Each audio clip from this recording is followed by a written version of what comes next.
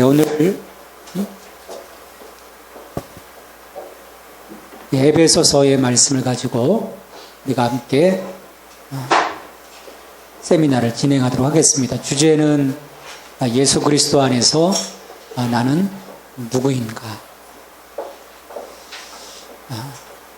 이 정체성의 문제가 우리 참으로 중요한 부분입니다.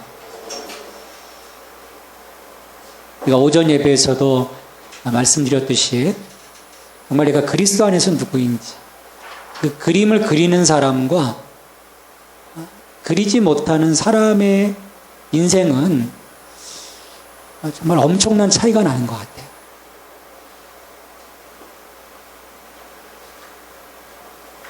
제가 이제 교회 안에 있은 지, 신앙생활 한 지, 내가 하나님을 배운 지 50년이 됩니다. 50년. 제가 5살 때, 우리나라 나이로 5살 때쯤으로 기억되니까요. 교회 안에서 수많은 사람들을 봤어요. 수많은 사람들을 봤는데, 그리스도 안에서 자신의 모습을 명확하게 그린 사람들에게서는 향기가 있었어요. 근데 그렇지 못한 사람들에게서는 향기가 없더라고요.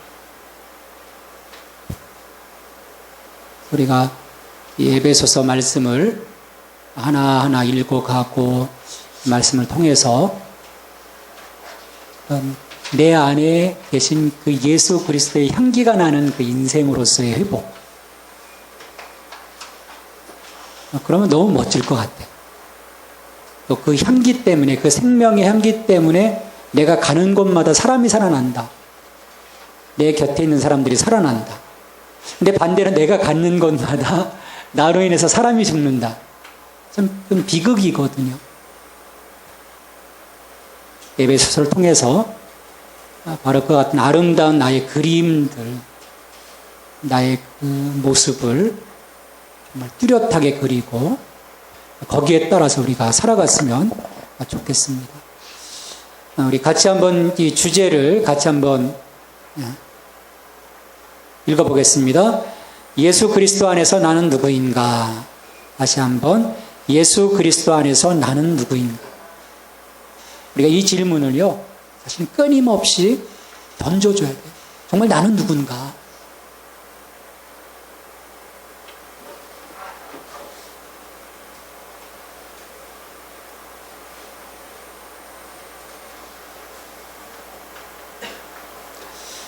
주제 성구입니다.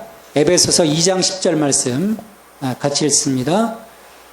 우리는 그가 만드신 바라 그리스도 예수 안에서 선한 일을 위하여 지으심을 받은 자니 이 일은 하나님이 전에 예비하사 우리로 그 가운데 행하게 하려 하심이니라. 우리는 그가 만드신 바라. 벌써 나의 정체성이 하나가 나오죠. 우리는 그가 만드신 바라. 나는 하나님의 작품이라는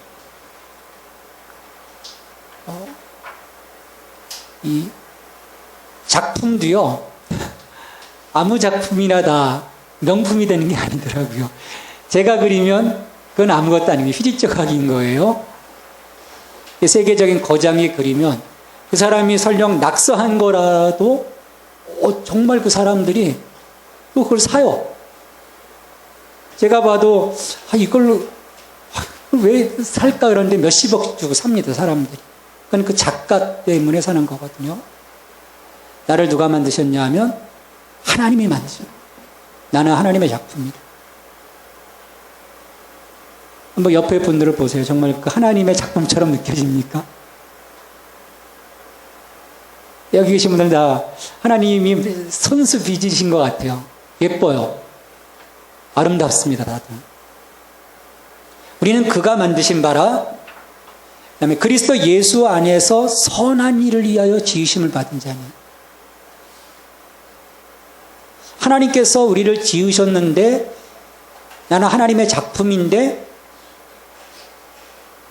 나의 존재는 무엇을 위해서입니까? 뭐를 위해서 지으셨다고요?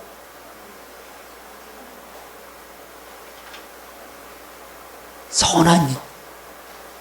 우리가 여기서 선한 일이라고 하면 무슨 뭐 선행을 이야기하는 건가? 이야기할 수 있어요? 선행이 아닙니다. 단순하게 선행이 아니고 하나님의 의, 하나님의 거룩한 의를 가지고 살아가는 그 삶을 말하죠. 하나님의 의. 하나님의 의를 가지고 이 땅 가운데 하나님이 가장 선하시게 여기는 게 뭐겠습니까? 하나님의 의가 아니라 살리는 일이거든요. 하나님께서 우리를 생명을 살리는 자로. 그러니까 하나님께로부터 내게 채워지고 또 채워진 나에게 채워주신 그 은혜를 가지고 나가서 복음을 유통하도록 하는, 복음을 전달하는 거죠. 플로잉해서, 딜리버리해서 그 또 다른 사람들이 살아나도록 하는 것. 그 선한 일을 위해서 지으심을 받은 자라는 것.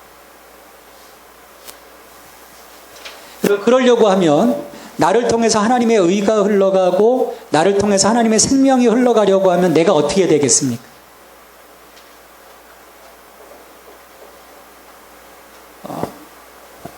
전에 어느 교회에서요, 아주 우리나라에서 굉장히 큰 교회예요. 몇만 명이 모이는 교회였었어요. 거기에 권사님 며느리가, 교회에 안 나오는 며느리가 있었어요. 그 며느리가 뭐라고 하냐면, 난 우리 시어머니가 믿는 하나님이라면 믿지 않겠다는 거예요. 권사님인데. 그럼 뭐가 문제일까요? 뭐가 문제일까요?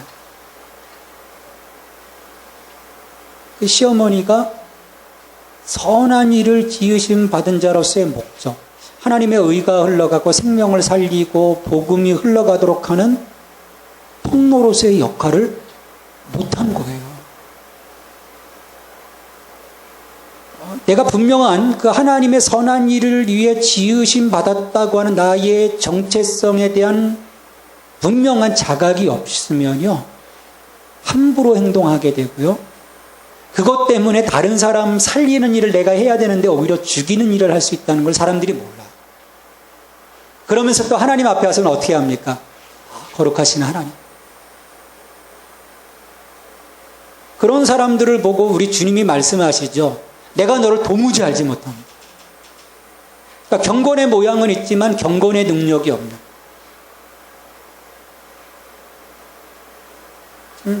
중요한 부분이죠.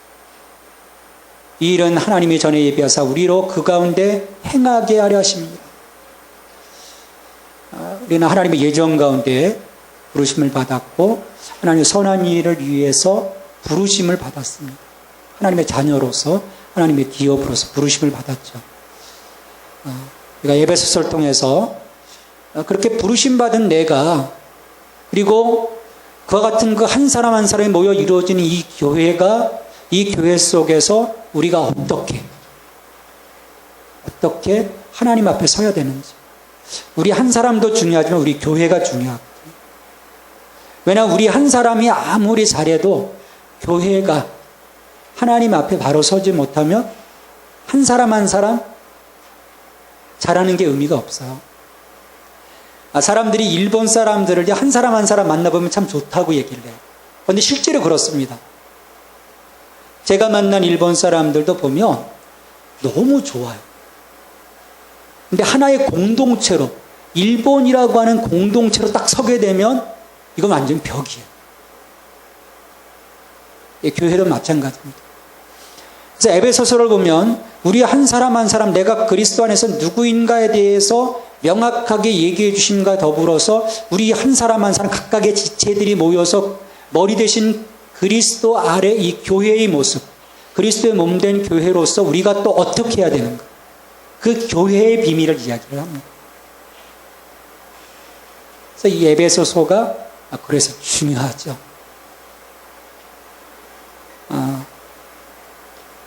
우리가 오늘 말씀을 같이 좀 읽고 공부를 하겠습니다. 오늘 전체적인 개요에 대해서 말씀을 할 거고요.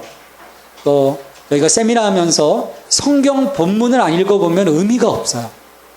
성경 본문의 1장부터 6장까지 시간이 좀 지나지만 그래도 읽고 그리고 전체 예수 그리스도 안에서 내가 누구인지 에베소서에서 얘기하고 있는 몇 가지 점들을 좀 짚고 그리고 각 장의 중요한 것들이 무엇인지 에베소서의 그 흐름을 좀 정리하고 오늘 마치도록 하겠습니다. 그리고 월화수는 1장, 2장, 3장, 4장, 5장, 6장 그래서 2장씩 가도록 하겠습니다. 우리 사정을 알리고 또 너희 마음을 위로하기 위하여 내가 특별히 그를 너희에게 보내었노라.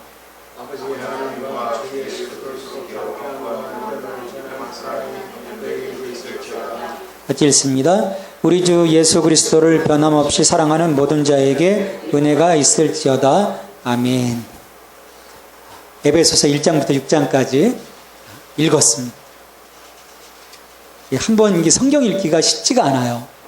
근데 성경은 성경 본문을 사실은 계속 읽어야 합니다. 우리가 성경 공부한다고 하면서 본문을 통으로 읽지 않는 경우가 참 많아요.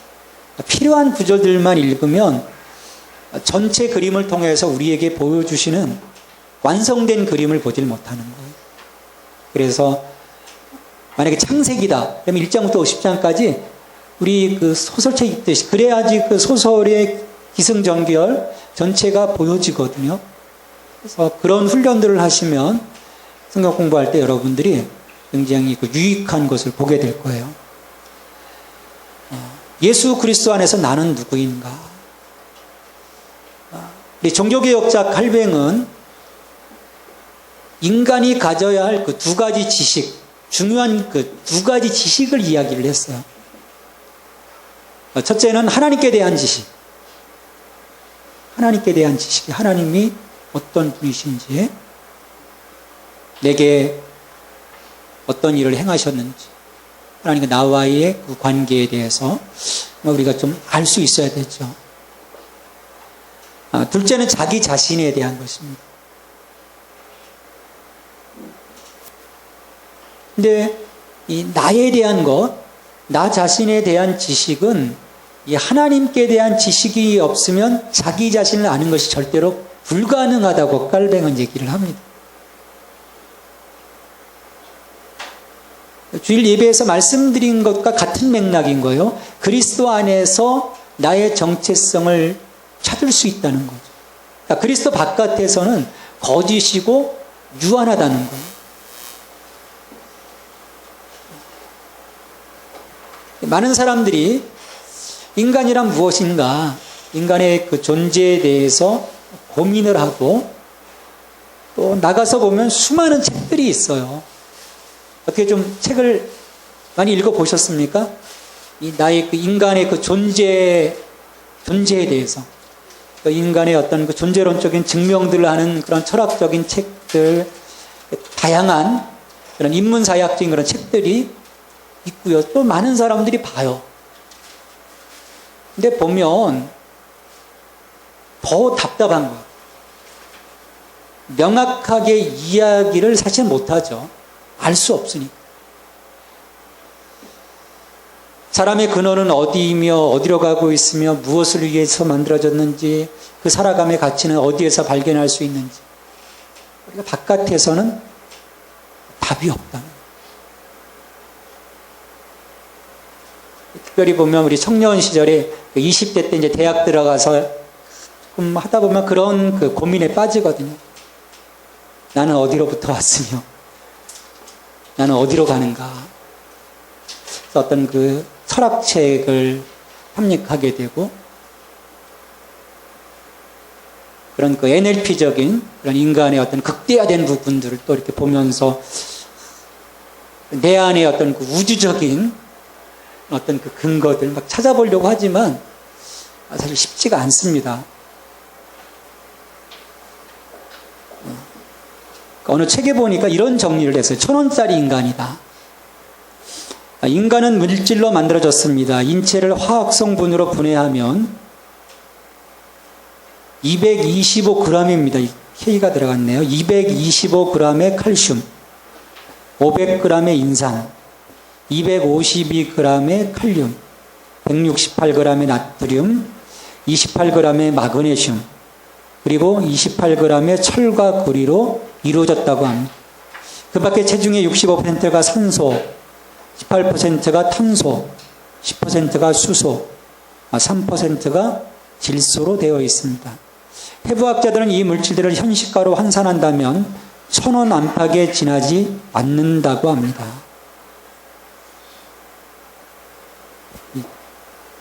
1,000원짜리. 유물론적인 어떤 물질로 치면은 1,000원. 1,000원도 안 받아요.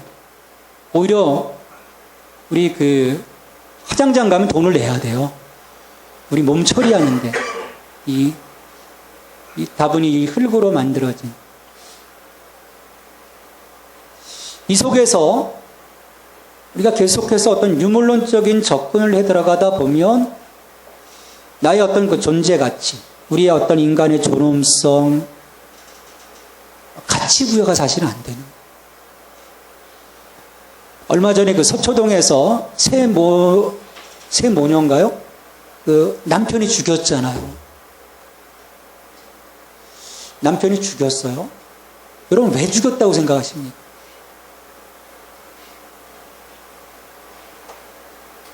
굉장히 소유적인 개념이 있는 거예요.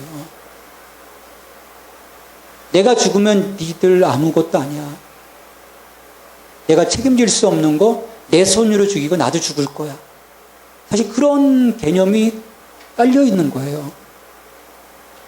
한 인간을 하나님이 창조하셨고 이들 속에 하나님의 위한 그 사랑과 그 하나님께서 이들에게 부여해 주신 그 존재로서의 가치가 있다는 것을 모르는 거죠. 그러니까 쉽게 죽이고 쉽게 해코지하고 쉽게 욕하고 쉽게 함부로 행동하는 거예요.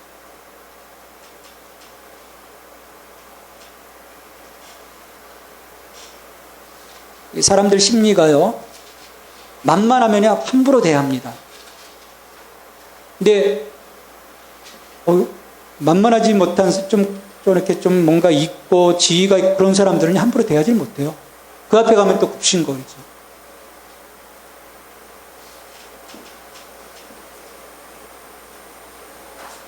우리가 좀 그리스도 안에서 우리 한 사람 한 사람의 모습이 얼마나 소중하게 하나님이 여기셨고 창조하셨는지 그 부분을 내가 느끼기 시작하면 사람을 보는 눈이 달라지게 되고요. 무엇보다 나를 보는 눈이 달라집니다. 나를 바라보는 눈. 우리가 밤에 올려다보는 은하수는 지구보다 크고 작은 별들이 수십억 개가 모인 하나의 집단입니다. 그런데 천문학자들에 의하면 우주 공간에는 은하수와 같은 별들이 수백만 개나 된다고 합니다. 그것도 인간이 발견하고 추정한 것일 뿐 실제로 별이 얼마나 있는지는 지구상에는 아무도 아는 사람이 없습니다. 태양도 은하수를 중심으로 그 주위를 도는데 한 바퀴를 도는데 약 2억 년이 걸린다고 합니다. 우리가 발붙이고 있는 지구는 한 번 공전하는데 365일 6시간이 걸리고 신기하게도 수천 년 동안 1분 1초도 어김없이 돌고 있습니다. 지금 이 순간에도 그 속도는 시속 약 10만 5,600km입니다. 그 지구 위에 인간이 있습니다.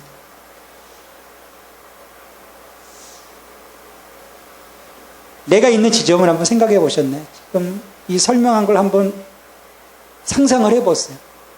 이런 그 운행하는 그 속에 아주 그 작은 지점 속에 내가 있다면 전체 우주라고 하는 그 틀 속에서 어떻게 보면 먼지 뭐 소립자 미립자 들어가서 막 해도 그거 같지도 않은 난데 존재를 찾을 수도 없을 것 같은데 하나님은 나를 존귀하다 하시고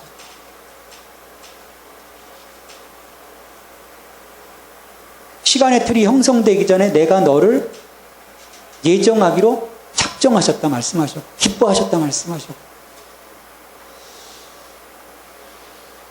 이게 뭘까? 우리가 정말 하는 것들을 생각을 해봐야 합니다. 왜 내가 여기 존재하고 있는가?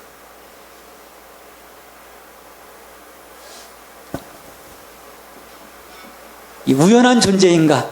계획된 존재인가? 진화론에 의하면 뭡니까? 우연한 존재예요. 우리는 우연하게 생명체가 가장 그 원시적인 생명체가 탄생했고, 그리고 그 속에서 이제 고등인간으로 진화되어져 온 거예요. 반면에 창조에 대해서는 계획된 존재입니다.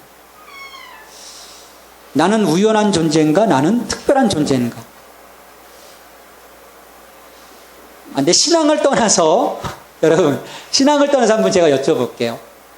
여러분, 우연한 존재가 되고 싶습니까? 아니면 특별한 존재가 되고 싶습니까? 우리 현정자매 어떠세요? 우연한 존재가 되고 싶어요? 특별한 존재가 되고 싶어요? 특별한 존재가 되고 싶으시죠? 우리가 그리스도 바깥에 있으면 자기 스스로 우연한 존재라고 인정하게 됩니다. 어쩌다가 태어나. 우리가 신앙의 안목, 하나님의 안목으로 바라보면 다른 거예요. 하나님의 안목으로서 보는 자아 발견. 나는 특별한 존재다. 분명한 이런 그 자아의식이 내 행동, 내 언어, 내 생각, 그거 하나하나를 사실 방향 짓게 됩니다. 주제성구로 아까 말씀드렸었죠. 우리는 그의 만드신 바라 그리스도 예수 안에서 선한 일을 위하여 지으심을 받은 자니 이 일은 하나님이 전에 예비하사 우리로 그 가운데서 행하게 하려 하십니다. 그의 만드신 바라, 하나님이 목적하신 바가 있어서 우리를 만드셨다. 에베소서 2장 10절에서 말씀을 합니다. 나는 하나님의 완벽한 작품이며 우연이 아니라 계획된 존재입니다. 하찮은 우주 만물에도 하나님께서는 존재의 목적과 역할을 주셨습니다. 하물며 창조의 일부인 우리에게도 하나님의 계획과 목적이 있습니다. 우리는 그리스도 예수 안에서 선한 일을 하도록 지으심을 받았다고 말합니다. 하나님께서 나를 만드셨을 때는 특별하신 목적과 뜻이 있습니다. 결코 우연에 의해 발생하여 진화한 무의미의 극치가 아닙니다. 하나님의 창조의 최대의 걸작품인 것입니다. 여러분, 신앙 가운데 있으면서 끊임없이 이런 말을 들으면서 고민해 보셨나요? 정말 나를 하나님 왜 만드셨을까? 하나님이 지금 나를 여기 왜 있게 하셨지? 고민해 보셨나요? 어느 정도 답을 조금 찾아가고 계시나요? 우리 재영 형제 답을 좀 찾아가고 있나요? 찾아가고 열심히 찾아가야 돼요. 잘 찾아야 돼요. 예, 그림 잘못 그리면 인생 망치는 거죠. 어떤 그림을 내가 찾아가는가? 하나님이 그리신 나의 그림, 하나님이 그리신 것. 부모가 그린 것도 아닙니다. 부모가 그린 그림대로 살아가다가 우리 자녀들이 많이 상했어요. 또 학교에서는 또 위에 뭐 교수일 수도 있고 또 선배일 수도 있고 또 직장에서는 또 상사일 수도 있고 우리가 어떻게 보면 그런 사람들에 의해서 왜곡된 나의 모습들이 형성이 되는 거예요. 저도 30대 초반에 제 위에 있는 분이 선배 되시는 분이 저를 그렇게 조종하려고 했어요. 저의 정체성을 넌 그것밖에 안 돼. 그렇게 계속 공격하니까요. 한 6개월을 그렇게 공격받고 나니까 내 멘탈이 이상해지는 거예요. 하나님이 저를 사랑하셨는지 그분을 떠나가게 하시더라고요. 그래서 제가 살았어요. 그러니까 누군가에 의해서 조종받는 게 아니라 하나님의 안목으로 보는 것이 중요합니다. 우리 심리 쪽에서 보면 부모 양육 패턴에 대한 부분을 참 많이 얘기를 해요. 어떤 부모님 그 양육, 어떤 부모님의 패턴의 양육을 받았는가? 어떤 강압형인가? 자유방위형인가? 그거에 따라서 이제 우리들의 어떤 그 삶의 모습들이 달라질 수 있다는 거예요. 그건 뭐냐면 부모에 의해서 내 정체성이 그려져 버린 거예요. 그러니까 우리가 그런 틀을 다 깨버리고 외부에서 나를 그려놓은 틀을 다 깨버리고 하나님의 안목으로서 바라보는 나. 그럴 때 거기에서 나의 본 모습을 보게 되는 거예요. 그게 하나님의 최대의 걸작품입니다. 우리 옆에 계신 분들과 함께 인사하겠습니다. 당신은 하나님의 최대의 걸작품입니다. 근데 감격하는 것 같지가 않아요. 난 정말 최대의 걸작품인데.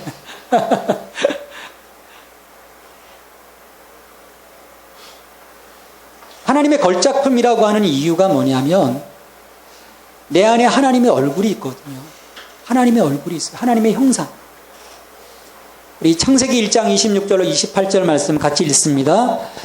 하나님이 이르시되 하나님의 형상을 따라 우리의 모양대로 우리가 사람을 만들고 그들로 바다의 물고기와 하늘의 새와 가축과 온 땅에 기는 모든 것을 다스리게 하자 하시고 하나님이 자기 형상 곧 하나님의 형상대로 사람을 창조하시되 남자 여자를 창조하시고 하나님이 그들에게 복을 주시며 하나님이 그들에게 이르시되 생육하고 번성하여 땅에 충만하라 땅을 정복하라 바다의 물고기와 하늘의 새와 땅에 움직이는 모든 생물을 다스리라 하시니라.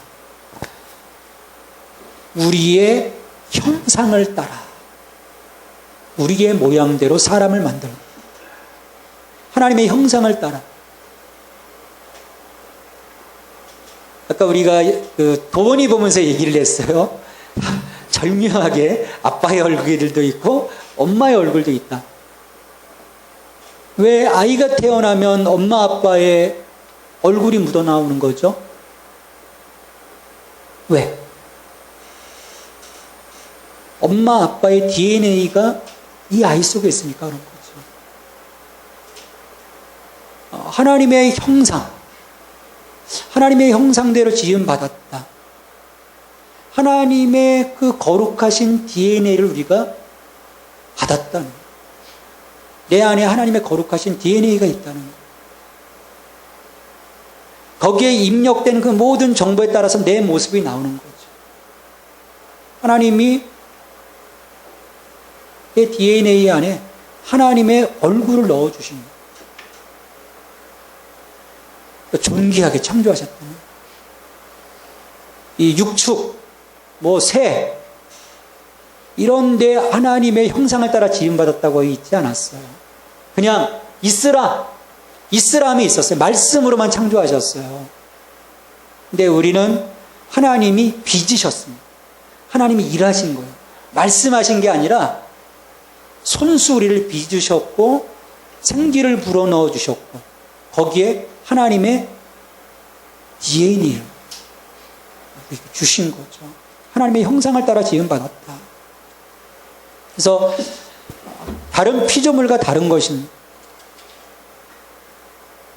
다른 피조물과 확연하게 다른 것이죠. 그래서 매우 실질적인 의미에서 하나님은 우리에게 거울처럼 그분 자신을 비추도록 창조하셨고 하나님의 대행자로 우리를 세워주셨어요. 그래서 이 땅에 충만하라, 번성하라, 그 다음에 다스리라. 그래서 우리 구속사의 두 기둥이 선십과 킹십입니다. 선십과 킹십이에요.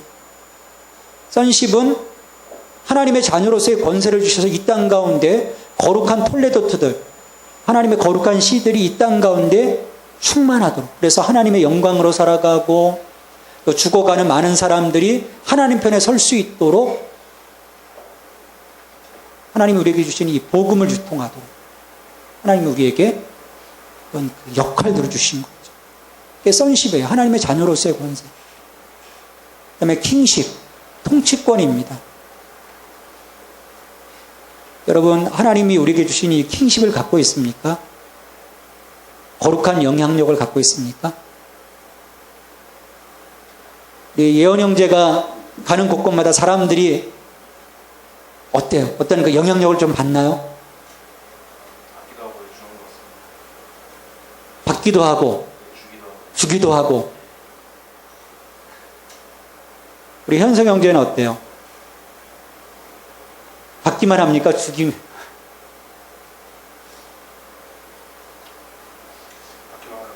받기만, 겸손해서. 지하자매는 어때요? 가면 사람들이 나 때문에 살아나나요? 살아나는 것 같아, 내가 보면 옆에서. 우리 아이들이. 정연자매는 어때요? 가면 나 때문에 아이들이 살아나나요? 살기도 하고 죽기도 해요? 받기도 하고. 기본적으로 하나님이 우리에게 이 킹십을 주셨어요. 왕권을 주신 거예요, 왕권. 예수 그리스도 안에서, 우리 로마서 말씀에서 예수 그리스도 안에서 우리가 왕 노릇한다고 했습니다. 왕입니다, 우리가 왕. 킹십을 하나님께서 주신 거예요. 우리가 영적으로 강인해져야 돼요. 사람이 병이 들면 전체적으로 약해집니다. 약해져. 우리가 영적으로 어떤 그 건강함을 유지하고요. 이런 하나님이 내게 주신 이 킹십, 이 선십, 나를 통해서 거룩한 생명들이 계속해서 이 땅 가운데 충만케 되도록, 또 나를 통해서 복음이 흘러가고 그 복음을 통해서 사망에서 생명으로 수많은 사람들이, 다니엘서 12장에서 하나님 말씀하시거든요. 많은 사람들을 생명 가운데로 이끌어준 사람들을 하나님께서 하늘의 별처럼 빛나게 해주시겠다 말씀을 하세요. 하늘의 별처럼. 킹십을 가지고 선십을 가지고 살아가는 사람들은 하나님의 별처럼 빛나게 해주십니다. 이 하나님의 형상이 바로 우리의 참된 정체성입니다.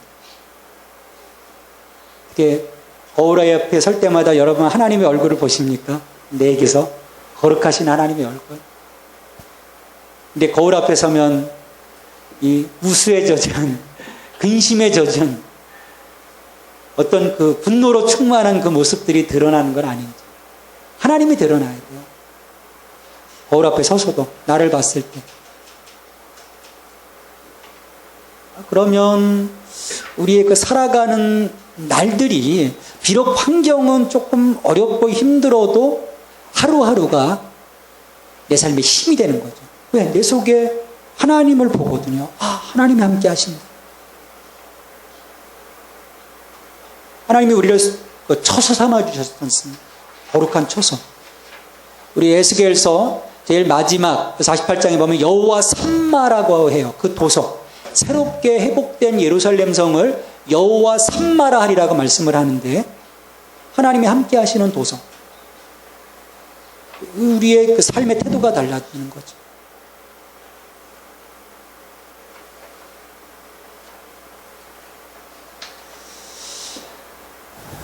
근데 이 하나님의 형상으로서의 정체성이 왜곡이 왜 되는가? 죄의 문제입니다. 내가 하나님 앞에 정말 거룩한 하나님의 자녀로 섰을 때는 문제가 없는데요. 그러니까 죄의 문제가 개입됐을 때는 왜곡이 되게 돼 있어요. 하나님은 아담과 하와를 창조하신 뒤에 에덴의 모든 것을 즐겨도 좋다고 허락하였습니다. 하지만 딱 하나 선악을 알게 하는 나무의 열매는 금하셨어요. 그것은 그들의 피조물로서 인간이었기 때문입니다. 너와 나의 구별선이다. 넘어오지 마라. 이걸 통해서 우리를 보게 되는, 내가 하나님 앞에서 또 어떤 존재인지. 그러니까 우리가 말씀을 듣고 말씀 안에 있으면 내가 누구인지를, 그리고 내가 무엇을 해야 되는지 무엇을 하지 말아야 되는지를 알 수 있어요. 말씀 안에 있으면. 근데 이 사탄은 이 정체성의 위기를 일으킴으로써 아담과 하와를 죄로 몰아가요. 야, 아니야. 너 지금 있는 모습은 너 잘못된 모습이야. 너 저 선악을 알게 하는 나무의 열매를 따먹으면 너 하나님처럼 될 수 있어. 하나님 안에서 하나님이 아담과 하와의 정체성을 분명하게 보여주셨는데 하나님처럼 하나님의 형상을 갖고 있었고 선악을 알게 하는 나무 외에는 정말 하나님처럼 하나님과 교제하며 살아갔거든요. 그게 본래 우리의 정체성인 거예요. 타락하기 이전에. 근데 사탄은 거짓으로 아담과 하와의 눈을 속여요. 참된 정체성이 지금 닫혀있는 것처럼 속여서 너희 눈이 밝아지면 하나님같이 된다라고 주장을 합니다. 우리가 세상 속에서 나의 정체성을 찾으려 갈 때 이런 오류가 발생합니다. 결국 성경은 그로 인해 제가 세상에 들어왔다라고 얘기를 해요. 여러분, 사탄의 말은요, 거짓말입니다. 오늘도 마찬가지예요. 하나님은 우리의 눈이 그분의 형상을 닮아 이미 열려있도록 창조하셨고요. 하나님의 형상이 바로 우리의 참된 정체성입니다. 근데 사탄, 사악한 인간들은 우리의 정체성에 대해서 거짓말을 하는 거예요. 그러다 보니까 하나님의 은혜가 아닌 다른 것에서 우리의 정체성을 막 찾으려고 하다 보니까 우리가 죄 가운데로 빠진 것이죠. 그리고 정말 나를 찾지 못하는 거예요. 왜곡되고 또 왜곡되고.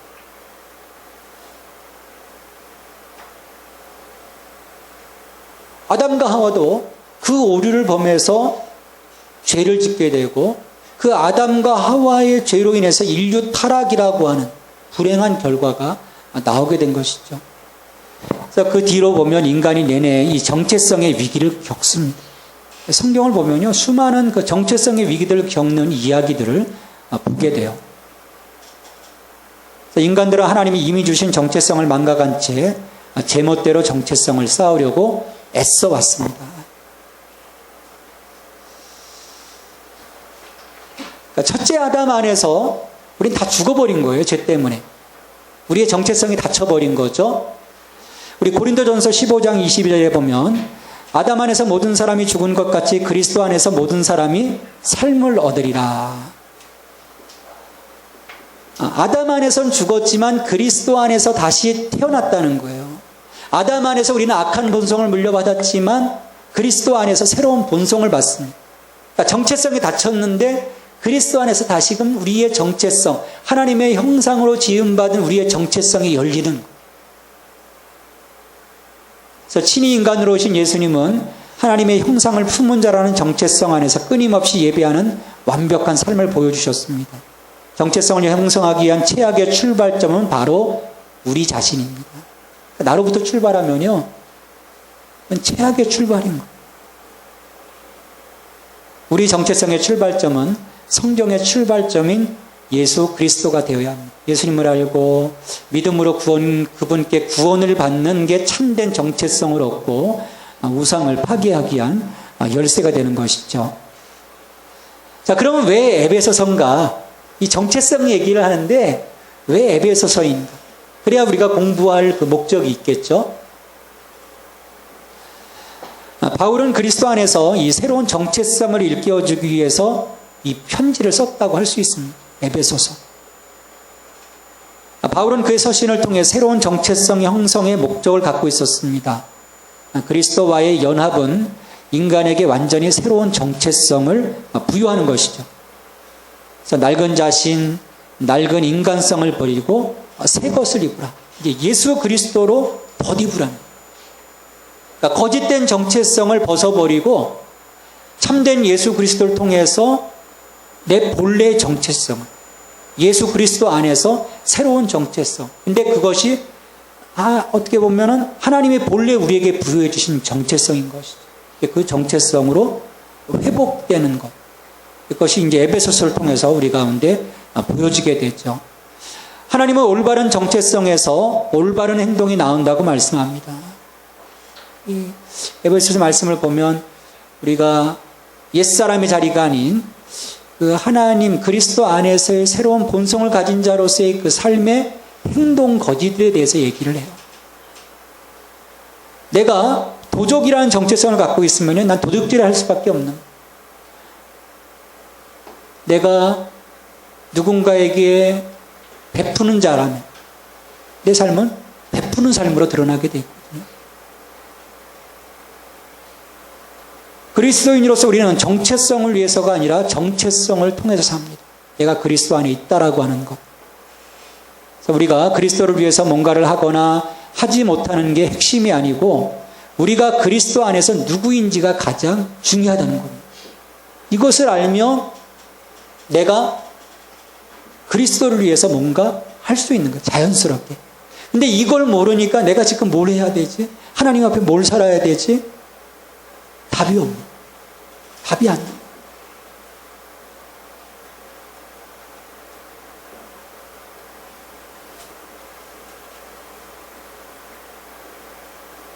에베소서는 개심한 그리스도인들 중 옛삶을 돌아가고 싶어하는 사람들을 위해 쓴 서신입니다. 에베소서는 그들이 그리스도 안에서 새로 얻은 정체성을 분명히 설명해 줍니다.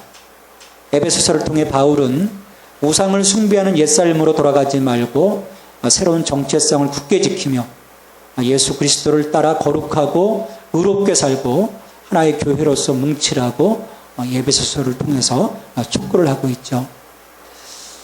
아까도 말씀드렸듯이 이제 에베소서의 터미널로지는 그리스도 안에서요. 그리스도 안, 엔 크리스토. 이게 중심 개념입니다.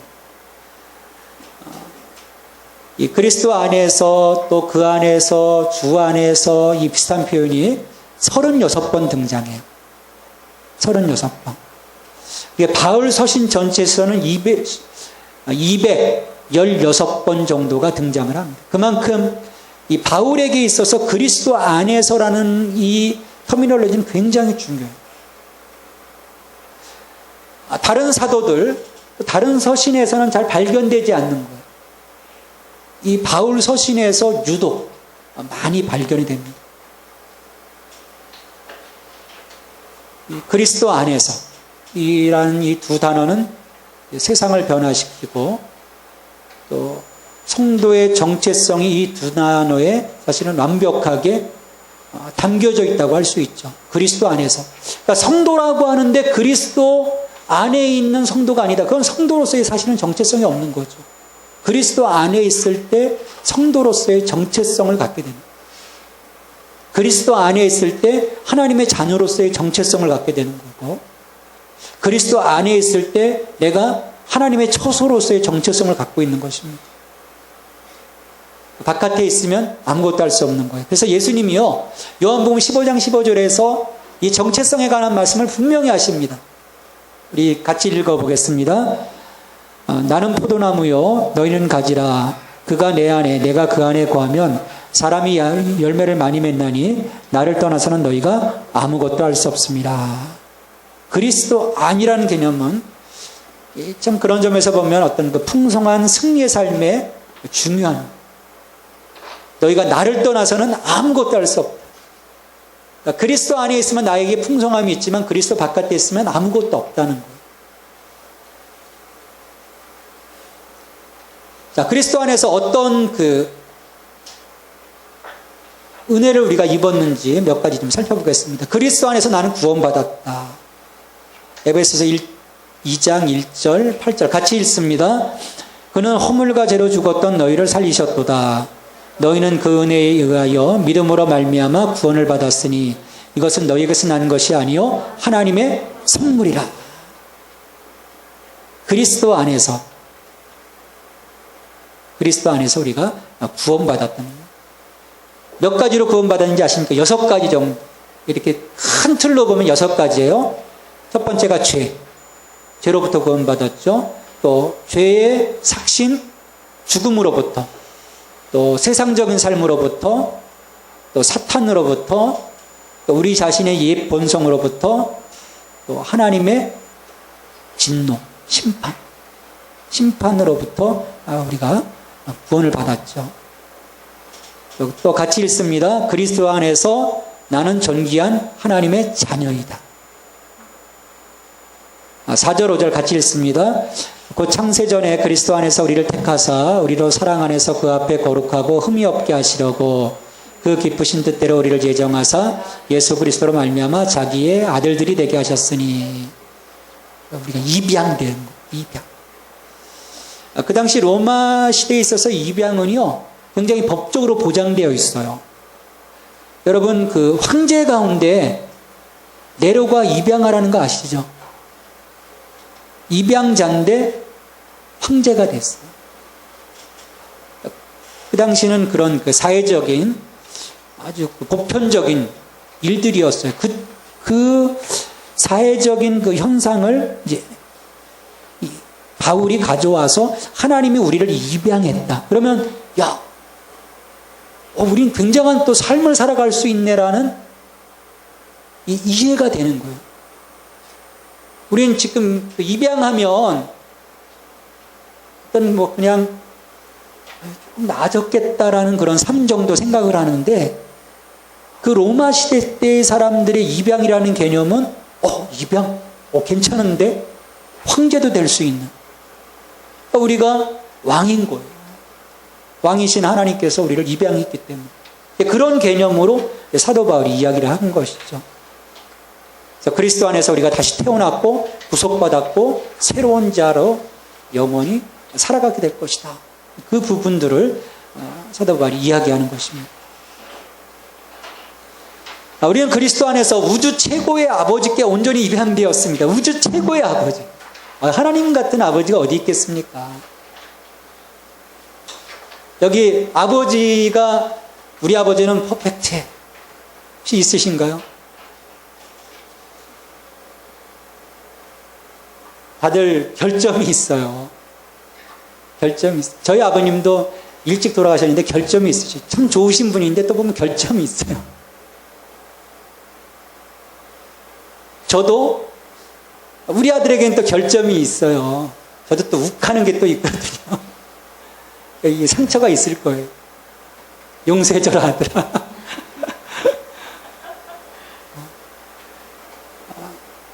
우리가 그리스도인으로서 단순히 행동을 바꾸는 것, 그게 사실은 목적이 아니에요. 바깥에서 그냥 거룩하지 못하게 살다가 교회 문 들어왔다고 해서 갑자기 목소리가 홀리해지고 그런 분들이 있어요. 목소리도 막 홀리해지고 또 성경책도 요즘 이렇게 다 여기 탁 끼고 이러고 가잖아요. 여러분. 이러면 거룩해지는 건가요? 하나님은 거기에서 어떤 정체성을 찾도록 하시지는 않으셨어요.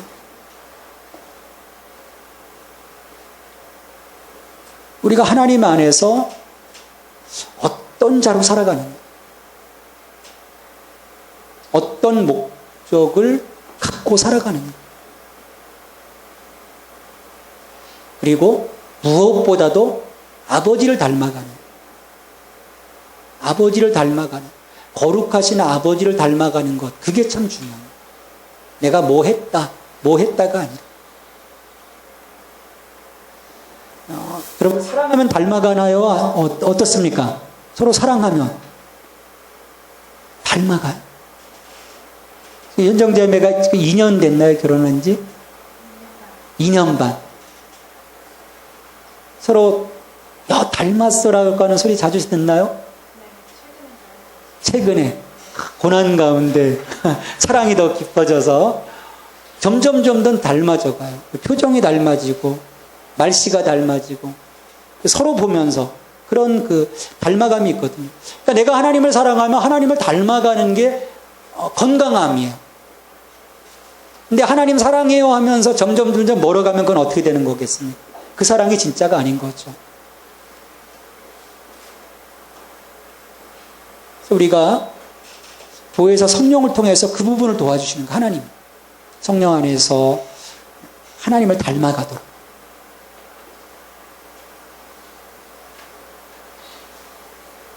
또 그리스도 안에서 나는 승리자다. 여러분, 이 부분이 저는 굉장히 중요하다고 생각해요. 나는 승리한 자다. 나는 이겼다. 우리 에베소서 6장 10절부터 13절까지 같이 읽습니다. 끝으로 너희가 주 안에서와 그 힘의 능력을 강건하여지고 마귀의 관계를 능히 대적하기 위하여 하나님의 전신갑주를 입으라. 이는 악한 날에 너희가 능히 대적하고 모든 일을 행한 후에 서기 이함이라. 우리가 그리스도 안에서 승리해야 우리가 하나님 앞에 설 수 있는 거예요. 제대로. 넘어지지 말아야 합니다. 6장은요, 사탄과의 관계예요. 사탄과의 관계에서 내가 하나님의 전신갑주로 무장한 병사로서의 삶을 살라는 거예요. 우리가 이 인생의 전쟁이고 사탄이 적이라는 사실을 모르면 인생의 고난과 갈등을 제대로 이해할 수 없습니다. 우리가 그런 오해를 할 때가 있어요. 나쁜 일이 생길 때마다 단순히 어떤 사탄의 공격이거나 자신이 초래한 일일 뿐인데도 고난을 보면요, 이건 어떻게 보면 사탄도 아니고 아무것도 아니고 내가 잘못 선택했기 때문에 주어진 고난임에도 불구하고 내가 잘못했어, 내 탓이야, 하나님 내가 부족했네요 라고 하기보다는 화살을 하나님께로 돌리고 또 사탄에게로 돌리고 그런 경우들이 참 많아요. 무조건 또 하나님의 징벌로 오판하기도 하고. 여러분, 하나님은요 우리를 벌하시지 않습니다.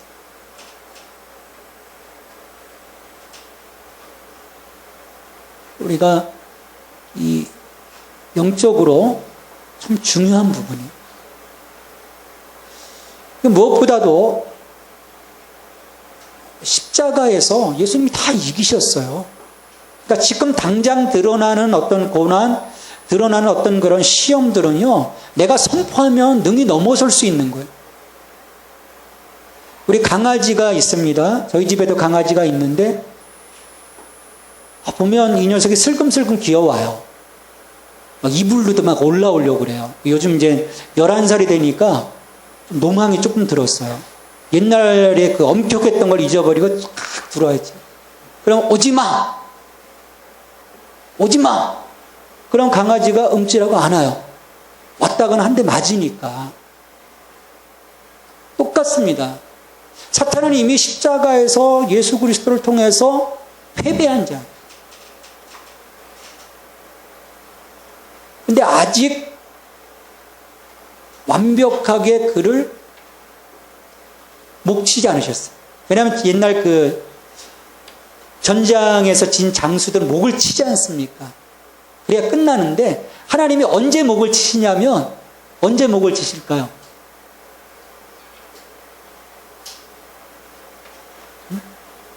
언제 목을 치실 것 같아요, 현장장님? 하나님이 사탄의 목을. 예, 그렇죠. 마지막 심판 때, 백보자 심판 때 완전히 무적행에 이제 이들을 다 가두시거든요. 그러니까 그때까지는 졌는데 이래 이제 눈치 보면서 어리숙한 크리스찬들을 찾아다니는 거예요. 그러면서 야, 내가 이겼어. 까불지 마. 속이는 거예요. 사탄은 속이는 자입니다. 거기에 속여서 넘어가 버려요. 지는 거죠. 우리가 삶이 힘들어지면 우리가 그리스도 안에서 승리자라는 사실을 망각하고 소망을 잃기가 쉬운 거예요. 하지만 예수님이 이기셨거든요. 이기셨습니다.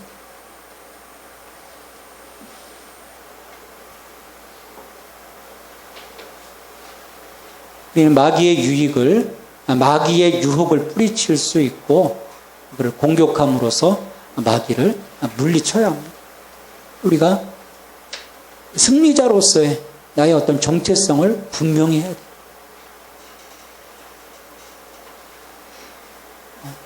마지막으로 그리스도 안에서 나는 선한 일을 위하여 지으심을 받은 자다. 우리는 그가 만드신 바라 그리스도 예수 안에서 선한 일을 위하여 지으심을 받은 자니 이 일은 하나님이 전에 예비하사 우리로 그 가운데서 행하게 하려 하심이라. 하나님의 선하신 일,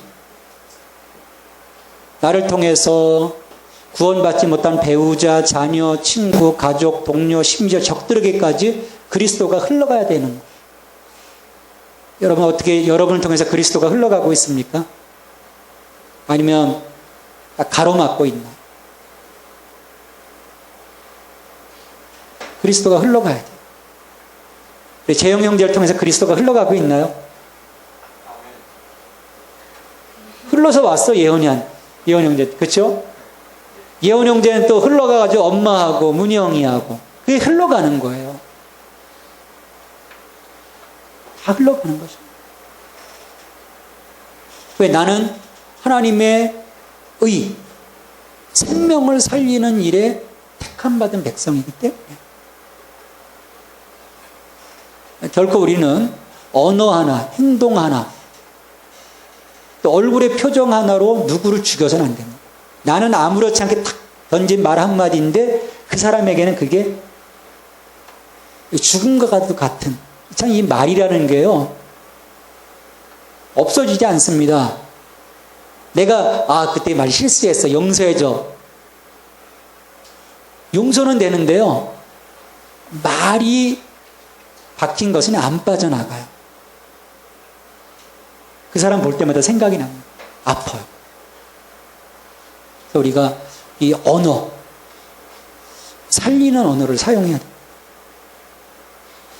우리의 정체성의 출발점은 예수 그리스도이다. 정체성을 형성하기 위한 최악의 출발점은 바로 우리 자신이다. 우리 정체성의 출발점은, 성경의 출발점인 예수 그리스도가 되어야 한다. 예수님을 알고 믿음으로 그분께 구원을 받는 게 참된 정체성을 얻고 우상을 파괴하기 위한 열쇠이다. 주인공은 내가 아니라 예수 그리스도이시다. 그리스도 안에서 새로운 피조물이라는 정체성이 그리스도처럼 승리하기 위한 열쇠다. 우리의 정체성의 출발은 예수 그리스도입니다. 우리가 예수 그리스도 안에서 출발하면요, 문제가 없어요. 온전한 나의 모습을 내가 찾아갈 수 있게 되는 거죠. 이 3일 동안의 여정을 통해서 우리가 예수 그리스도 안에서 나를 발견하고 내가 어떤 자인지를 우리가 볼 수 있어야 되겠죠. 자, 에베소서의 그 강조점을 좀 잠깐 보고요, 넘어가도록 하겠습니다.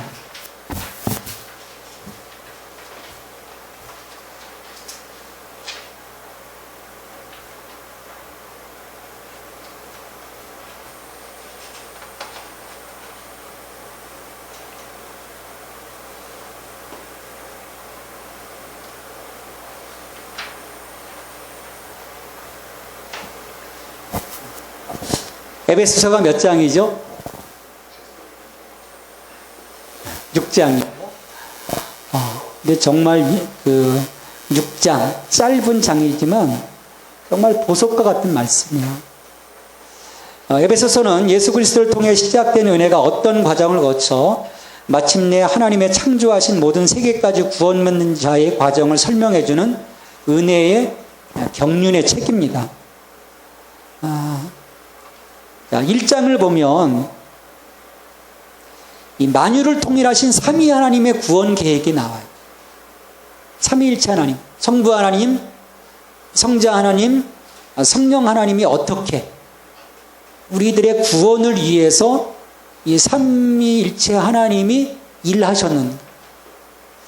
하나님의 자녀들이 받는 구원은 삼위 하나님의 합작으로 주시는 신령한 축복이다. 이 은총은 예수님을 통해 교회로, 다시 교회에서 만물에게까지 흘러간다. 1장의 중요한 키워드는 뭐냐면 하나님의 구원의 이 은총이 하나님으로부터 시작해서 예수님으로부터 시작해서 우리는 바로 교회예요. 교회. 그리고 우리를 통해서 만물에게까지 이 하나님의 은총이 흘러가도록 하는 것. 이게 하나님의, 삼위일체 하나님의 구속 사역이라는 것입니다.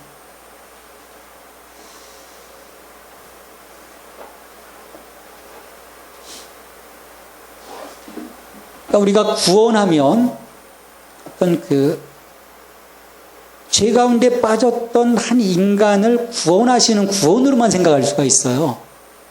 근데 이 에베소서의 1장에서의 구원의 그 개념은 보다 더 확장된 구원이에요. 우리 창세기 이제 3장에서의 어떤 구원의 개념이라고 보시면 돼요. 그러니까 만물에게까지.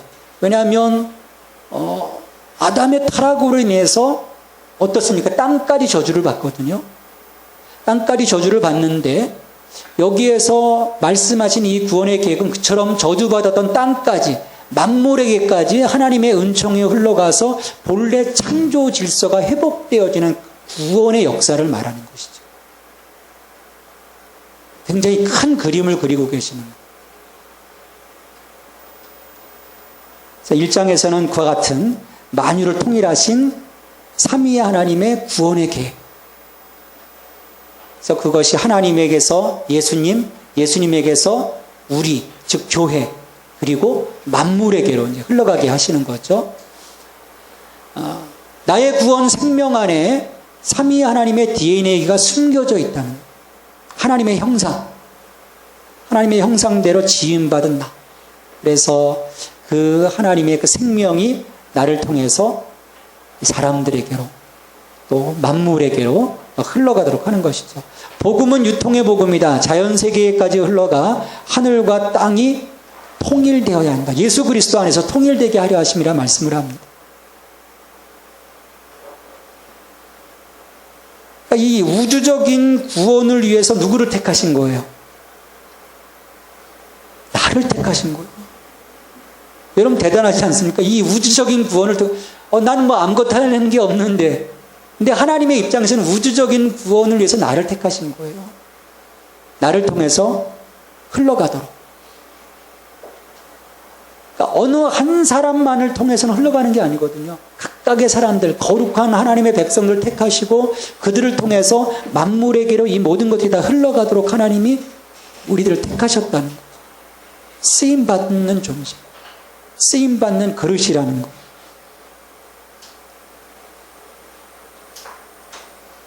이 장은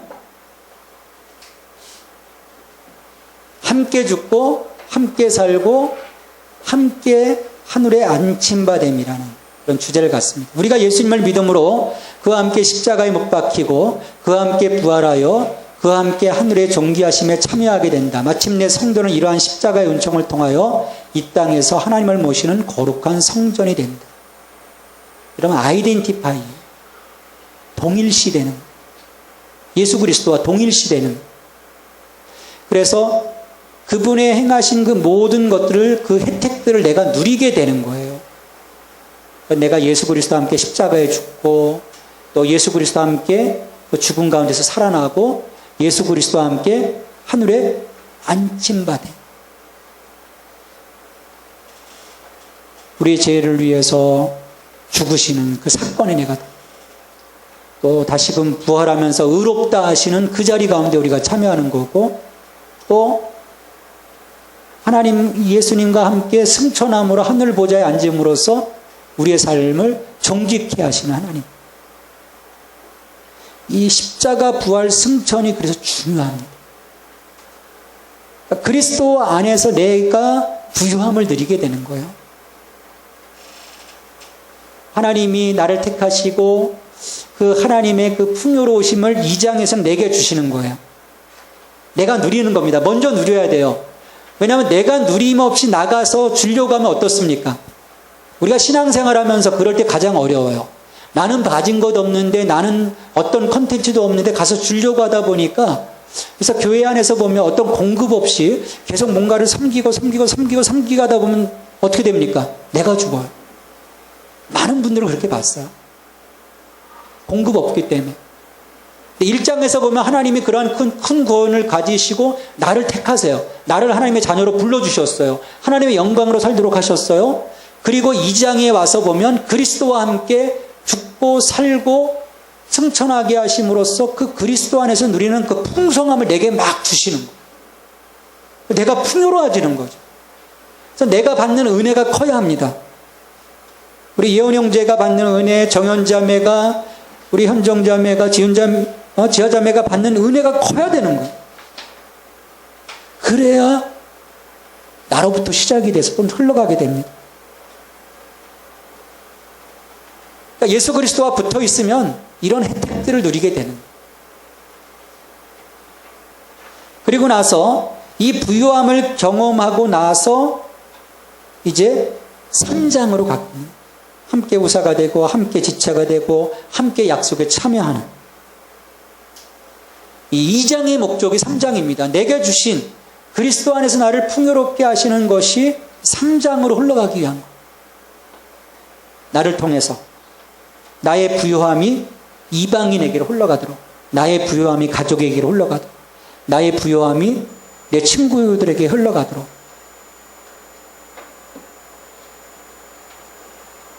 그러니까 부요함을 경험하지 못하면, 내가 2장이 없으면, 내가 그리스도와 함께 죽고 그리스도와 함께 살고 그리스도와 함께 하늘에 올리신 바 된 존귀함을 경험하지 못하면 3장이 없는 거죠. 그리고 3장을 하려고 하면 그게 가식이 되는 거예요. 종교 행위가 되는 거예요. 경건의 모양이 되는 거예요. 경건의 능력이 없습니다. 왜 신앙생활이 어려울까? 왜 신앙생활하면서 내가 팍팍할까? 왜 은혜가 없을까? 내가 뭔가 막 베푸는 것 같고 섬기는 것 같고 행동하는 것 같은데 왜 없을까? 2장이 없어서 그래요. 부르심은 받았는데 내가 누리는 것 없이 뭔가 하려고 하다 보니까 지치게 되는 거죠.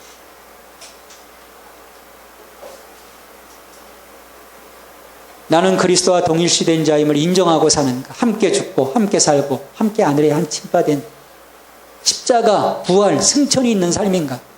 또 하나님의 거하실 처소가 되어가고 있는가? 3장은 나를 통해서 함께 후사, 함께 지체, 함께 약속에 참여하게 되는 것. 그래서 그리스도의 몸으로 세워져 가게 되는 것. 그리스도의 몸으로.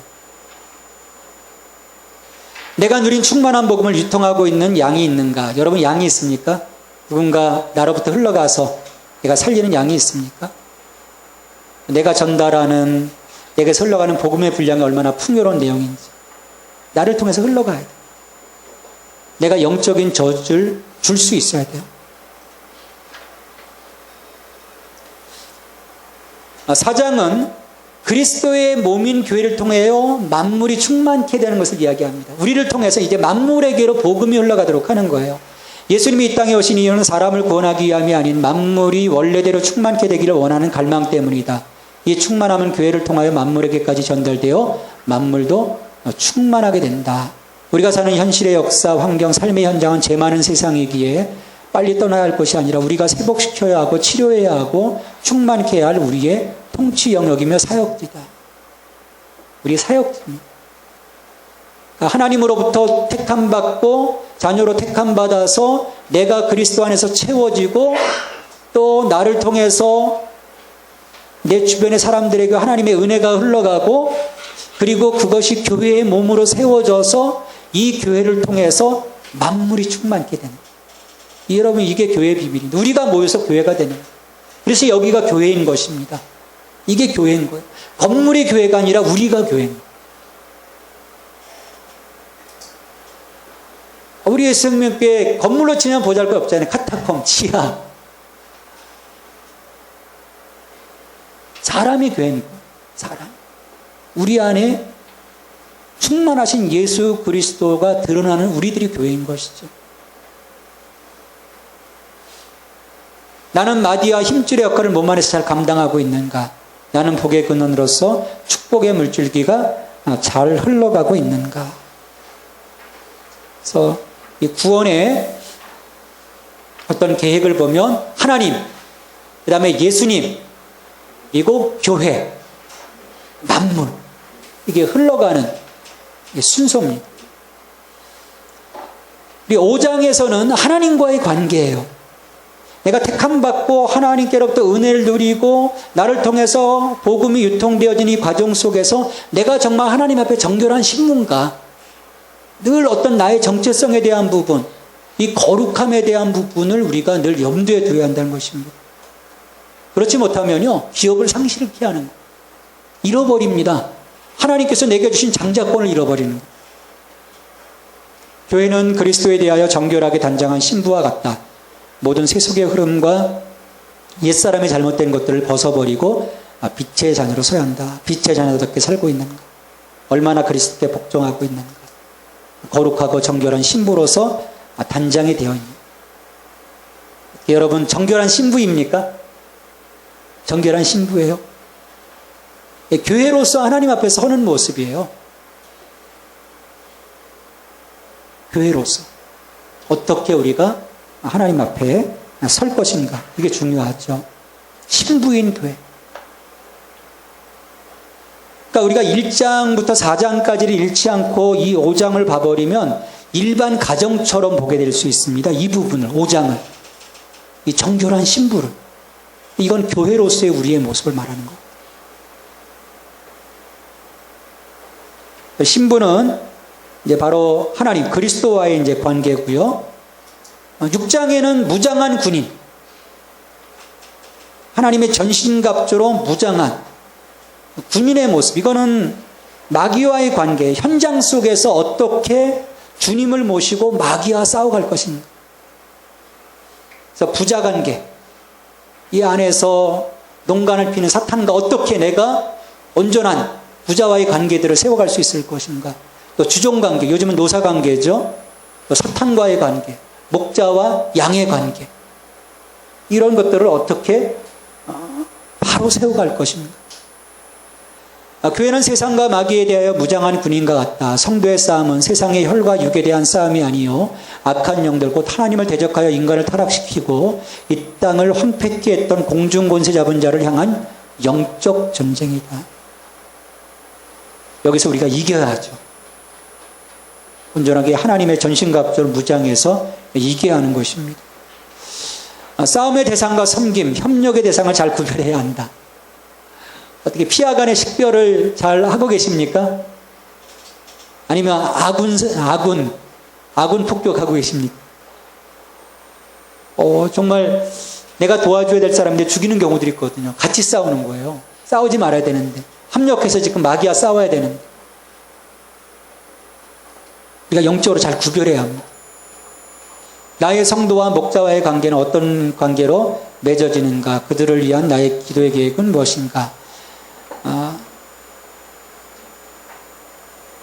이건 하나 이제 그룹에서 교회와, 그러니까 저와 여러분과의 관계도 될 수 있고, 또 그룹에서 이제 저희들이 이제 셀로 이제 조금씩 저희들의 모습들을 이제 세워가려고 하는데, 거기에서 나와 목자, 셀 목자와의 그런 관계, 이런 것들을 우리가 하나하나 잘 세워가면서 교회라고 하는 틀을 세우고, 그 교회, 그리스도 안에서 세워진 이 교회를 통해서 이 세상과 우리가 온전한 관계를 맺고 세상 속으로 내게 충만케 되어진 은혜가 흘러가도록, 이 교회를 통해서 만물에게까지 흘러가도록 하는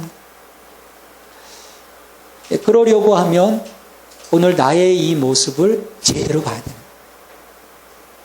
내가 무엇을 해야 하는지, 내가 어떤 존재인지. 에베소서를 통해서 바로 그 그림을 주님은 명확하게 보여주고 있습니다. 자, 1장부터 6장까지 다시 한번 정리해보면, 1장 삼위 하나님의 구원의 계획, 이 하나님으로부터 시작해서 예수님, 그리고 이 우리인 교회를 통해서 만물에게까지 하나님의 은총이 흘러가기를 원하시는 거예요. 그 구원의 사역을 위해서 나를 부르셨어요. 왜냐하면 하나님은 구속사를 누구를 통해서 이루어가시냐면 사람을 통해서 이루어가십니다. 나를 부르셨어요. 그리고 내게 채워주시는 거예요. 함께 죽고 함께 살고 함께 올림받아 존귀케 되어지는, 그리스도와 동일시 되어지는 은혜로 내게 채워지고, 그 채워진 것을 가지고 나가서 내 이웃, 내 이방, 내 주변의 사람들을 살리게 하는 거예요. 함께 우사가 되고 함께 살림바 되어지고, 그리고 교회가 되어지는 거예요. 하나, 그리스도 안에서 마디마디가 연결되어 교회가 됩니다. 그리고 이 교회를 통해서 만물에게까지 하나님의 구원이 흘러가는 거예요. 그리고 그 과정 속에서 우리는 거룩한 신부로서, 또 그리스도 앞에서는 거룩한 신부, 마귀 앞에서는 하나님의 전신갑주로 무장한 병사, 그래서 모든 관계들을 하나님 안에서, 예수 그리스도 안에서 하나하나 풀어가게 되는 거죠. 그리스도를 섬기듯이. 그럴 때 우리들의 삶이 그리스도 안에서 회복되어지고 언제나 승리자로서의 삶을 살아가게 되고요. 나를 통해서 사람들이 그리스도를 보게 되고 하나님의 얼굴을 보게 되는 것이죠. 예수 그리스도 안에서 나는 누구인가? 이번 에베소서 말씀 세미나를 통해서 우리가 함께 답을 찾아갔으면 좋겠습니다. 우리 함께 잠깐 합심해서 기도하고 제가 마무리 기도하고 마치도록 하겠습니다. 주님, 이 세미나를 통해서 예수 그리스도 안에서 내가 누구인지를 찾아갈 수 있도록 도와주십시오. 성령께서 도와주십시오. 우리 함께 기도하고 제가 마무리 기도합니다. 함께 기도합니다.